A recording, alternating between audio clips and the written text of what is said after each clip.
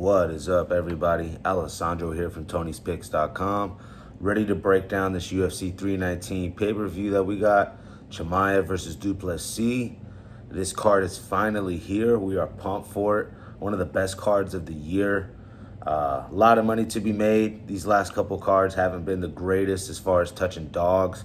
We are 1-7 in our last 8 dog attempts. You know, it's been kind of ugly.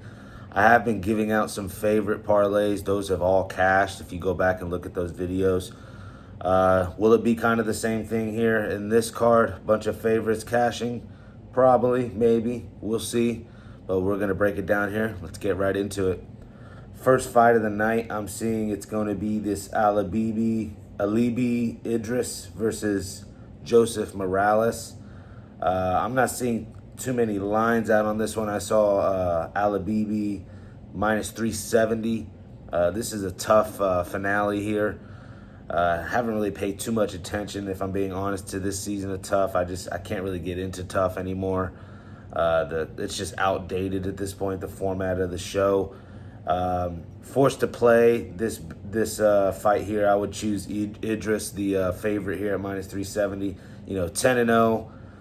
From Kazakhstan, I could see him, getting the Ultimate Fighter finale championship here. Not one I'm necessarily rushing to the window because of the price. But on to the next fight, we got Karine Silva versus Dione Barboza. This is a very interesting fight. I think Karine Silva is probably the more skilled fighter. Obviously has the more experience, 18-5 record compared to Dione Barboza's 8-3 record. But where it gets interesting is Barboza has a win on the regional scene, actually, versus Silva. How, I don't know. When I try to find this footage of the fight, can't find it. Can't find any stats on the fight. They just tell you Dione Barboza got her hand raised that night. So do with that as you wish. But just off UFC film and what we can look at between these two ladies there, I think Silva's the better fighter, the more skilled fighter.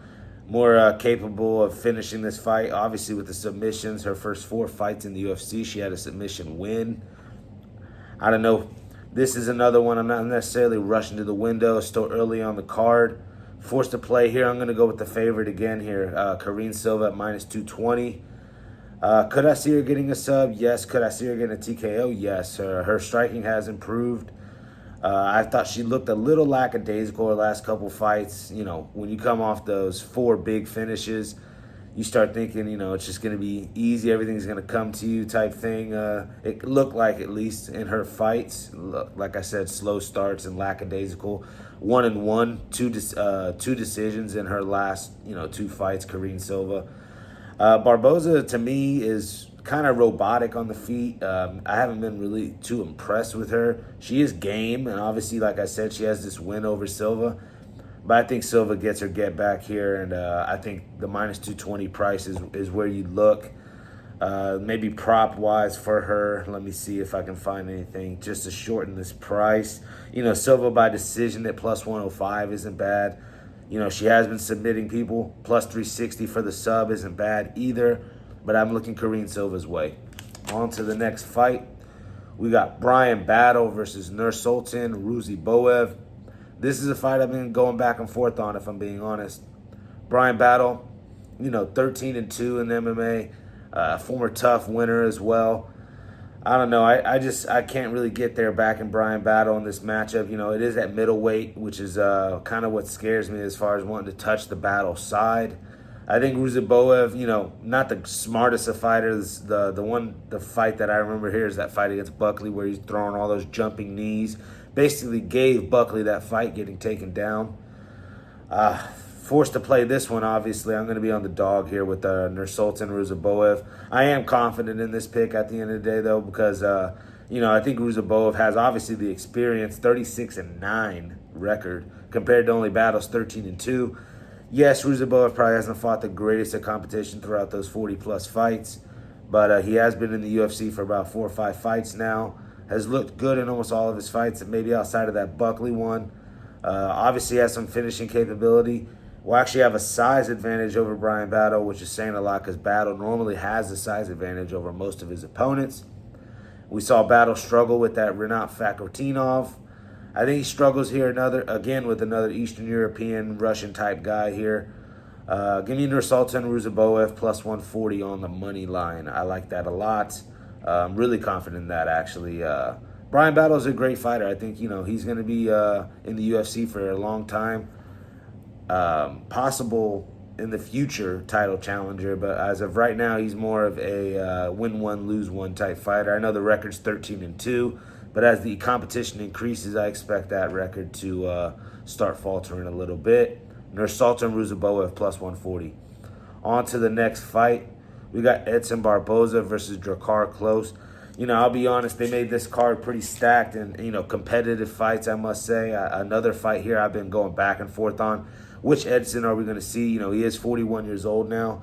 Could we get a flash of the past with him? And if he can keep this fight on the feet, obviously you look Edson Barboza's way.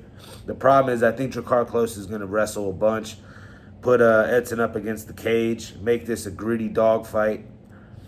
For that reason, I would lean Drakkar Klose at the plus 120 price. I know he's coming off of a knockout loss, but that was to a very big lightweight. Joel Alvarez is like 6'3", walking around at almost 190.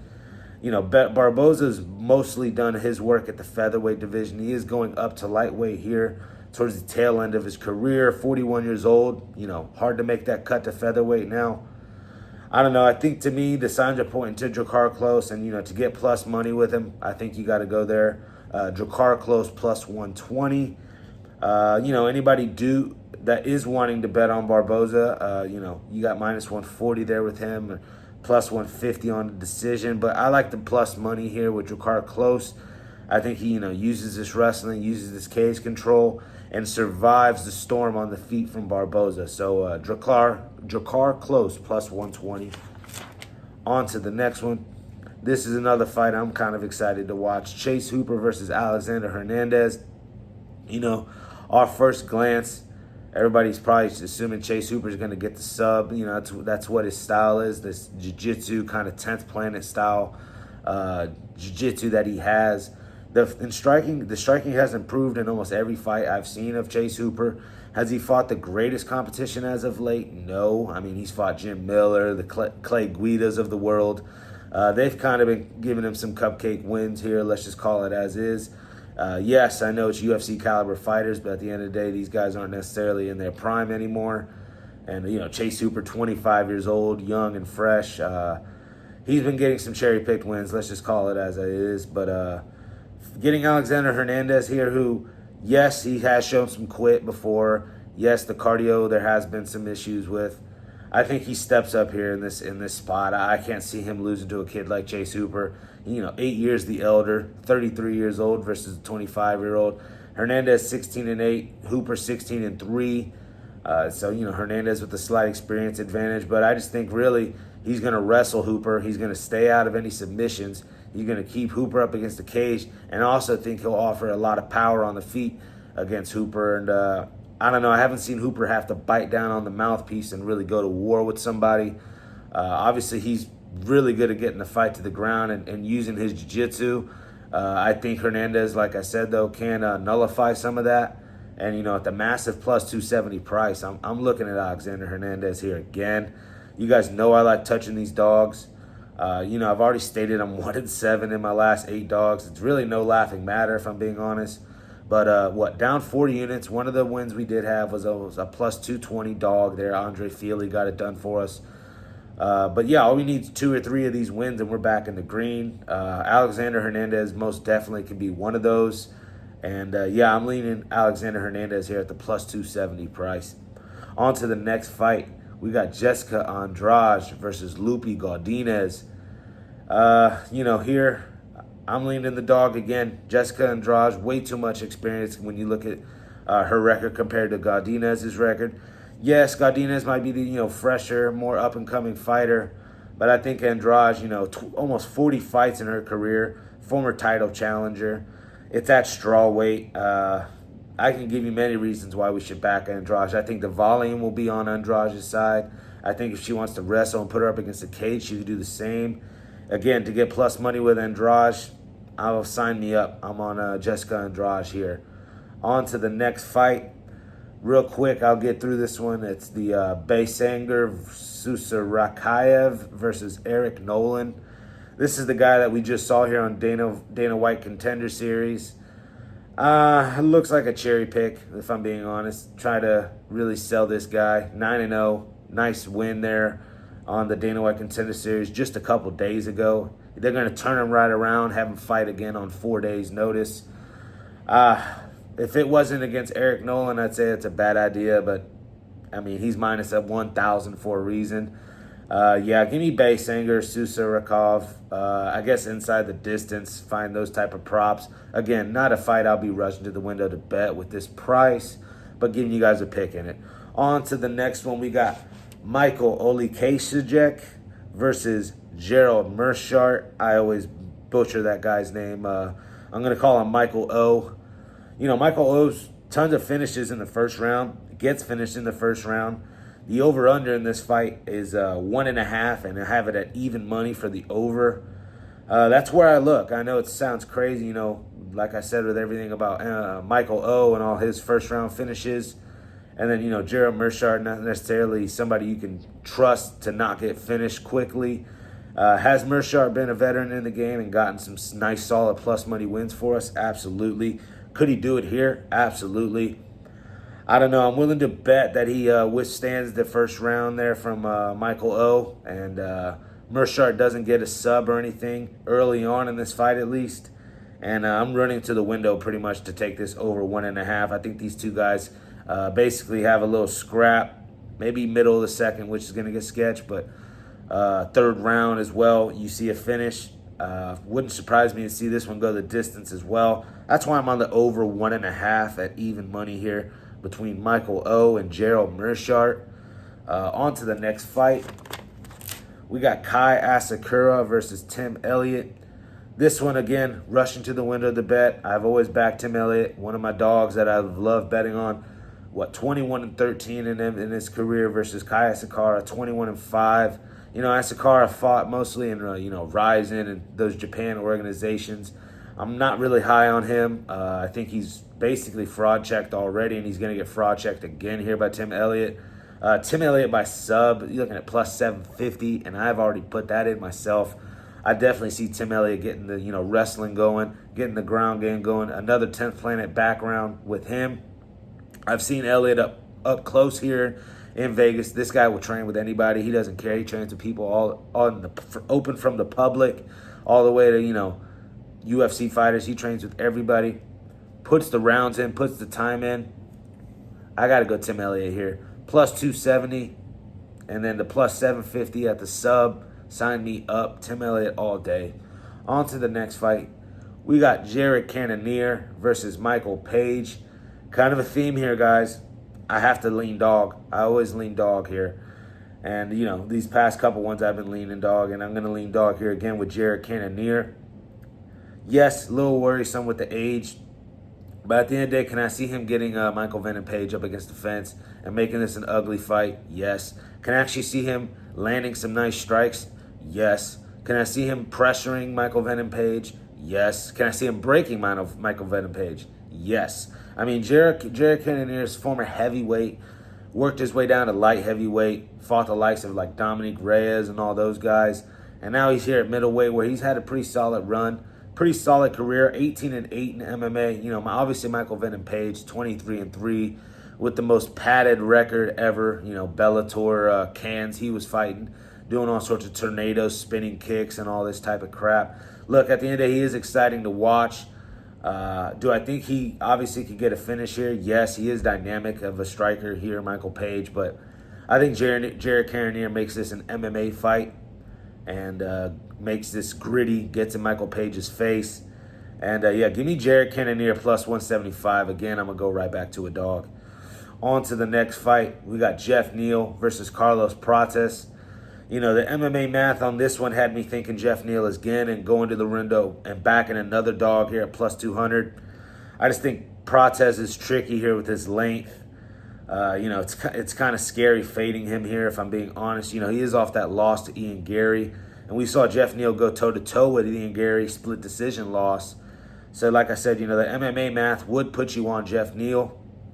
I think this is more of a fight of the night type war. Carlos Prates edges it out. Am I running to the window to back Carlos Prates here at the minus 250 price? No. I don't blame anybody wanting to take the Geoff Neal side. I'm just personally not going to be on it. I just see a Carlos Prates win here. He does enough to edge out Geoff Neal. You know, he's going to have the reach advantage there. Fighting Nerds Gym. A couple of these guys on the fight card that I've mentioned are, you know, on to the Fighting Nerds team here. Karine Silva is one of them. Michal Oleksiejczuk is on Fighting Nerds now as well. So, you know, the gym's on the rise. Carlos Prates just coming off a loss, trying to get right back in the title hunt. I think he gets it done here versus Geoff Neal. You know, minus 250 is nothing I'm going to go release here. But, yeah, Carlos Prates would be the pick in that one. So I'm probably staying away from it and not going to touch that dog there, Geoff Neal. On to the next fight. We got the co-main event, Lerone Murphy versus Aaron Pico. All right, I'm pumped to see Aaron Pico here. Obviously, he's had his name made in Bellator, and obviously the PFL, he just had a fight. You can call him a can crusher, but he does crush cans. He puts impressive highlight reel knockouts out. I am pumped to see him in the UFC. It's been a long time due. You know, he started his career off a little rocky. There was tons of hype behind him, still is. From even his high school wrestling days when, you know, there was talks of him joining the Olympic team. Aaron Pico's had hype around him his whole entire career. Some people think he's a little overrated. I think he gets it done here at the end of the day. I think he has a nice little matchup for his debut. Lerone Murphy's no joke, 16-0-1, basically an undefeated record. Plus 150, not too bad of a price if you did want to touch him. I just think Aaron Pico's going to have the size advantage. Aaron Pico is a little saucy, if you know what I'm talking about. Trained with TJ Dillashaw there in the garage, if you know what I'm talking about, doing with that there. You know, Pico's been on a run, 13-4 after the rough start in his career where he'd get dropped a couple times. People have made some comments there about his chin. I think it's Pico all the way in this fight. I think he can use the wrestling. I think he can even land something on the feet against Lerone Murphy. I think he'll have the size advantage against Lerone Murphy. Like I said, he's going to be a little saucy in there. Yeah, Pico minus 180 is a parlay piece for me. Not to give away the main event already, but we're going to get into it anyways. I think it's a two-teamer there with Khamzat and Aaron Pico. You might be able to dip in another one there. Carlos Prates comes to mind. I'm probably not going to do that with Prates, though. There was one more that you could throw in favorite-wise. No, you might have to just go two-team here with Pico and Chimaev there, a little main card, two-leg, co-main and main. But yeah, let's get into this main event. Chimaev and Duplessis, obviously, is the fight everybody's been waiting on. Can Duplessis get this done? Absolutely. If he, is able to drag this fight to the 4th and 5th round and have Khamzat gas. Have we seen Khamzat go 5 rounds? No, we haven't. But at the end of the day, Khamzat Chimaev, 14-0. Whoever he wants to maul, he will maul. It's a question of how quick does he get Drickus to the ground and sub him. I have the prop here, plus 125. I've already bet that. Chimaev by sub. The over-under, I'm looking at the under, obviously, just because I think Chimaev goes out and gets the finish early, first or second round. I don't think there's any games to be played here. It's Khamzat Chimaev's belt to take.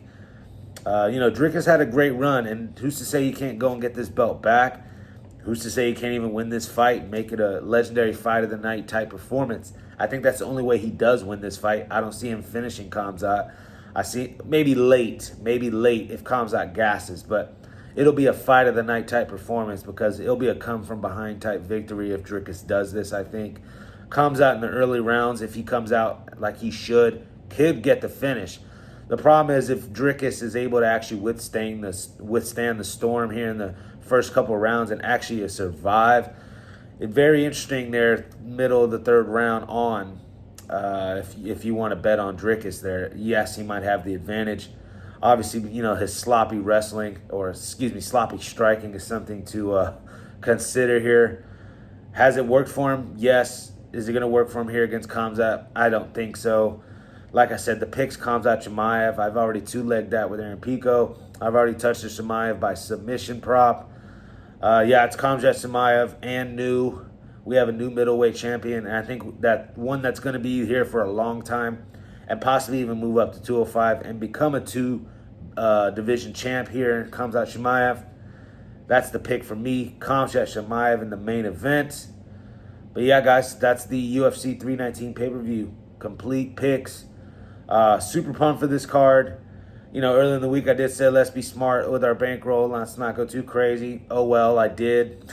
Back on these dogs again. Are we due? Yes. 1-7. Like I said in our last 8 dog picks. I think we're going to get a couple here in this card. So yeah, I think that favorite parlay of Aaron Pico and Khamzat Chimaev is live as well. Maybe if you want to even go Karine Silva and Khamzat Chimaev. If you have it, drop the $25K for $10K on Khamzat Chimaev. That's how confident I am on Khamzat to get this done. So yeah, don't worry about the talk with Du Plessis in the later rounds. It's Khamzat Chimaev all the way. But yeah, there you have it, guys. Go check out our picks on Tony'sPicks.com. Use that 2-for-1 capper promotion and that 15% off discount code TonyT. Use that at checkout. And best of luck this weekend, guys. Peace.